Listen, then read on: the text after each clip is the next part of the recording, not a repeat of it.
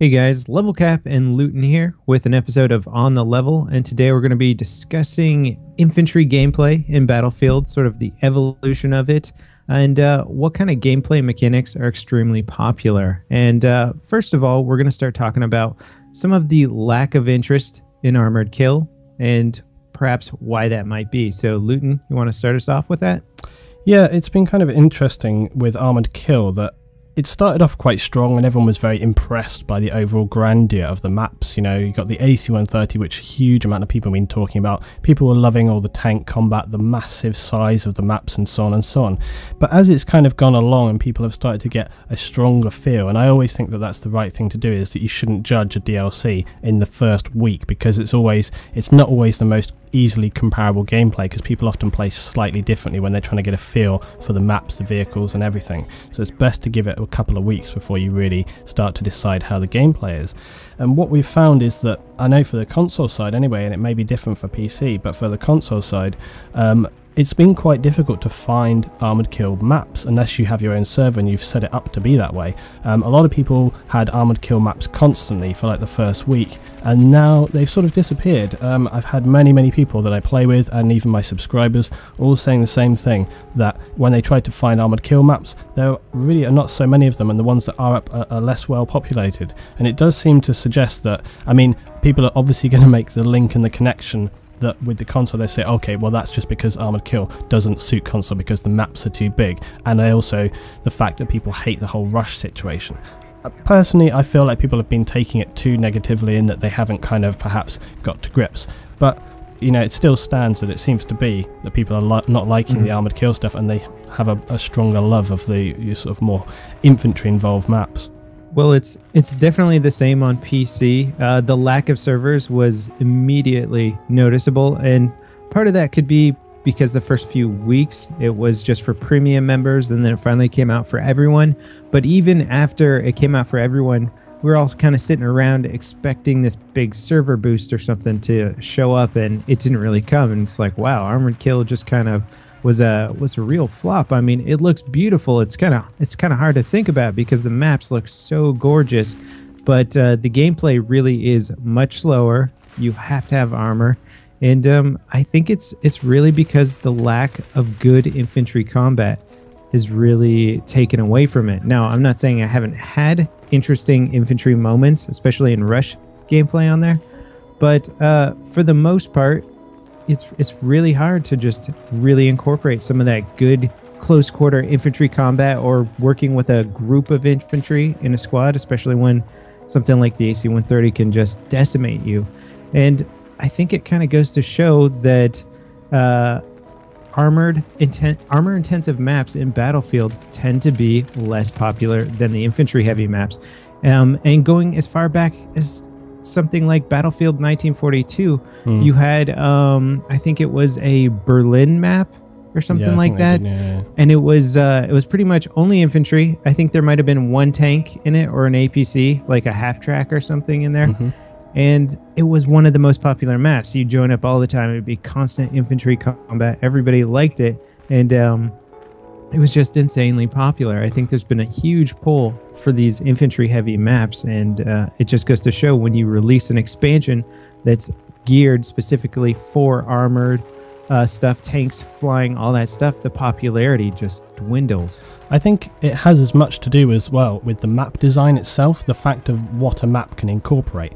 And I think when you have maps that are designed to handle infantry and perhaps lighter vehicles, so they're kind of smaller maps, the whole geography of that map itself as well allows kind of better gameplay. When you think about maps like Noshaar Canals and stuff like this, because of their size, it means that even if you're playing with completely random players, you can just rely on the fact that, okay, there's going to be random people dotted around the map, but because the map is not too big, it allows for kind of random people to sort of buffer between different points on the map. But when you have a much larger map, the problem is that people will just kind of drive around, and they can you know, walk through huge gaping holes in defensive areas. There's no front lines. No, not at all. And you know, I've said this to people. I've said, you know, I've tried to make a couple of points in my videos when I've been discussing it, especially on rush defense, because so many people complain about rush defense on Armored Kill. And in my opinion, there is really, other than the AC-130, not a huge amount of difference. It tends to just be the openness of the map, and unfortunately people are not naturally good at looking at where other people are in relation to themselves and going, okay, I've got 3 guys next to me, a couple of guys at the front, so I need to go over here. It's a combination of their kind of discipline and just general self-awareness. If they spread out more, which sometimes when I'm in a game that will happen, when it happens you defend perfectly well, but when people don't, you just suddenly get overrun by people flanking you, crashing through you, and on a more open map which is designed for vehicles, it's just naturally much more difficult to do that. But that's why when you look at maps like, for example, the Karkan maps, which have very kind of concentrated areas of fighting and stuff like that, it just kind of creates this more intense combat where everyone is in the same area and you have a kind of focus point to get onto. It just makes for naturally better combat, and that's what people like. And I think going into Aftermath, when they're talking about infantry, light vehicles, urban combat, I think it's going to be getting back towards the kind of Karkan gameplay, and I think that those kind of styles are going to be what people love. And I think it's going to be really interesting, and I think it could set a precedent for what is the most popular thing in Battlefield and where they go forward with perhaps even the next game. Yeah, absolutely. I mean, they're going to learn so much. I'm really excited to see what happens when Aftermath comes out, because I'm really pumped for it. I'm looking really forward to it. I was looking forward to Armor Kill, but I'm not going to lie, I kind of predicted what was going to happen because I knew a huge portion of the Battlefield crowd doesn't go in vehicles. You know, they like the infantry stuff. All you got to do is go on Battlelog, look at the servers. It's Metro, Sane, Bazaar, Karkand, and a lot of the infantry heavy maps. You know, that's what's populated. And then you've got the instant vehicle spawn giant conquest maps that are titled like Learn to Fly or something like that. Yeah. But Aftermath will be a really good test to see, like, if Aftermath bounces back and all of a sudden becomes like a big, huge hit or something, and a lot of people are playing it right off the bat, it'll be interesting to see if DICE takes that information and data and really plugs it in to perhaps upcoming DLCs or the next Battlefield game. Are they going to make it more infantry geared, kind of like Bad Company 2 was, where pretty much every map in Bad Company 2 was a lot of fun? There wasn't any map in Bad Company 2 where I was like, I really don't like this map. You know, I mean, I guess Heavy Metal, which was the most armored focus map, even had a lot of good infantry gameplay in it. So it'll be interesting to see where they go from here. I think as well, like when we just think overall about different popular maps and you look at the ones that stand out, and we are talking about stuff like Metro and, for example, Sane Conquest. I had a really excellent game on Sane Conquest the other day, and the interesting thing about that was that I like to generally play on kind of lower ticket count servers, 100%, 200%, not much more than that.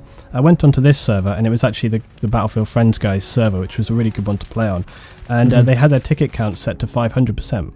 Now, I naturally really don't like that, but on Sane Conquest it just made for such an involved game that I played it. The round lasted 50 minutes, I think, something like that, and I was not bored or frustrated throughout that entire game because it was just constant action all the time.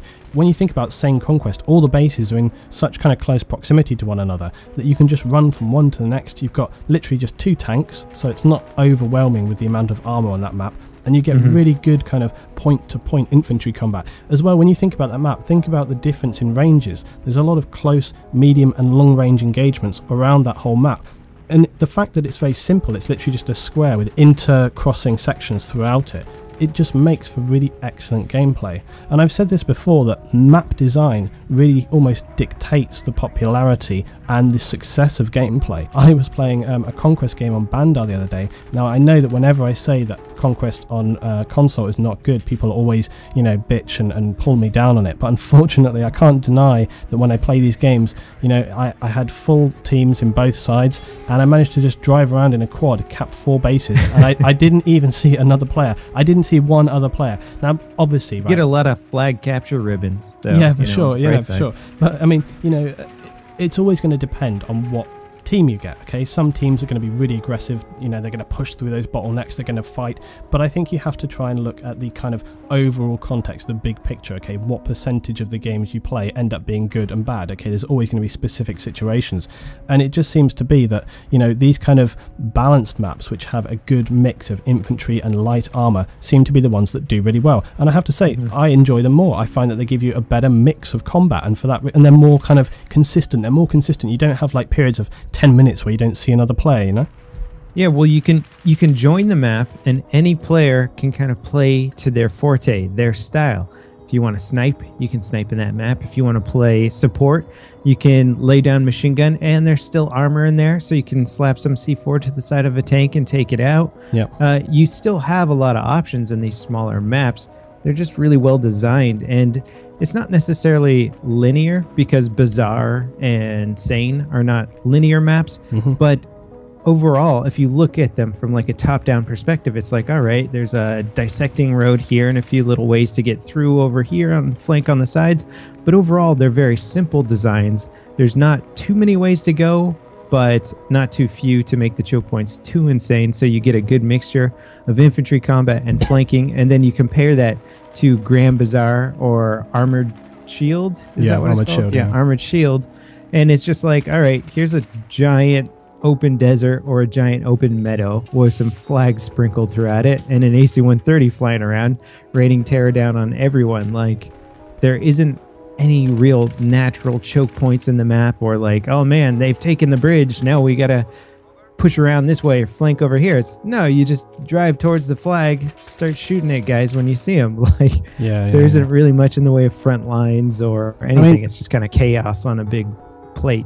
I don't think it's a good idea to always have just one style of map, because that would be boring, you know? Like, if we always just had the same medium balanced maps, it would be tedious, because, you know, you would just, each map, although it would look different, would feel the same. So I think you do need to have these big open maps in there and these kind of more linear, tighter maps, and because they do give different styles of gameplay. But I just think that, you know, you need to kind of favour the ones that people enjoy more. Now, that doesn't always necessarily mean even that they have to, you know, be the same. They could have very, very different features, layouts, and all the rest of it. But I do think that, you know, maps that give people the opportunity to play, you know, in the style that they want to, are always going to be more successful. Well, it's like compare back to Karkand to Bazaar. Yeah. Entirely different maps in terms of like how much they funnel you in areas. Like Karkand's much more open, Bazaar's much more confined, but you still get good close quarter infantry combat, but they feel different. The maps feel different. Yet the layout has managed to keep everybody sort of close and together, and it feels different. You know, Karkand's got all these different levels on it. You can go up hills, you can be on ledges overlooking people, you can get on top of taller buildings. Bazaar's much more ground level, peeking corners. Like, you don't really have to look up ever in Bazaar, except for in a few situations. But I mean, there's still a huge amount of variety, I think, that you can have, even with tighter maps that are more infantry involved. Yeah, I totally agree, because, you know, you could have a really balanced variety of maps that are still kind of, you know, in a different style, closer, condensed. And also, when you think about the kind of involvement of vehicles, it could be that we start sort of, maybe they ditch jets, for example, and just focus more on helicopters, lighter vehicles. Maybe we have a kind of a slightly broader range of lighter armored vehicles, maybe bring in stuff back like the Bradley, things like that, and ditch the real heavy armor, because, you know, it only comes into its own on these bigger open maps. If you're looking at scaling it down and making them more infantry based, you know, you can still have an area to move around in those maps, but maybe it just doesn't require the heavy armor. I think probably the best example, one of the best map designs, and my personal favorite map in Battlefield, is Caspian Border, because it appropriately, and I know a lot of console guys probably aren't going to get this, but it plays out really well on PC, where you've got 3 capture points towards the center of the map that as infantry you can run between entirely on foot. You're kind of protected by this rocky, foresty area. And you can run with rockets to make sure if tanks decide to sort of push up too close, they'll get blown up, and you can throw out landmines everywhere. So you've got this area of the map that works really well for infantry, and then some of the outlying points are a little bit further away, and that's where the armor is a bit more successful. So it's like the only map I've seen that really successfully combines like infantry and heavy armor combat together. So I wouldn't mind seeing more stuff like that, but it's just most of the maps seem to be entirely one or the other.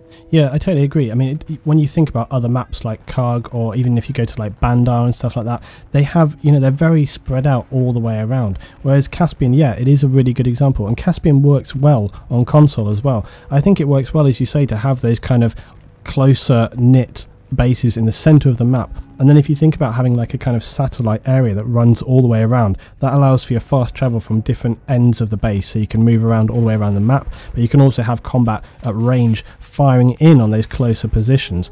The other interesting thing that I really like about Caspian is the kind of geography and the natural design of it. You have these big rocks, you have kind of lower ground, small rocks, you have higher positions where people can fire down on each other, you've got the bridges and so on and so on. I wish they would bring back bridge destruction, because I feel like that can be such a tactical thing. When you think about Caspian, those bridges there, they don't do a lot, but it can help to, for example, destroy a road route. It can just slow things down a little bit, you know, and there's several bridges throughout Battlefield which I really feel that they should bring back. I mean, think about Wake, for example. I mean, that's quite an open map as well, but it'd be nice to have that back. So I think what we would really like to see, I mean, I would like to see, is kind of lighter combat but in a more condensed environment. And I don't think we ever want to be in a situation where you end up getting put into a little box. We know the different kinds of game where you have that, but I do think we should have slightly more condensed positions with an area for vehicles to move around, so you get more fluid gameplay but you keep up the fierceness of that combat. And that seems, from the screenshots that I've seen, that seems what Aftermath looks like it's going to be. And so it'll be really interesting to see. I know Battlefield 4 is a long ways off, you know, not till 2014 apparently. Is it going to be another conglomerate of just these random kinds of game modes, and here's Giant Conquest, and here's super close quarters team deathmatch on No Shark Canals, and here's this and here's that? Or are they going to try and find an overall feeling for the gameplay and sort of go a little bit beyond and a little bit below that feeling, but ultimately keep it around one centralized theme of gameplay? So we'd love to hear what you guys have to say. Do you want to see more Giant Conquest stuff in, say, Battlefield 4? Or would you rather have Battlefield really hone in and centralize on some of the more popular and the more fun gameplay mechanics? So leave your comments in the comment section of this video, and we'll see you guys next time. This is Luetin and Levelcap signing off.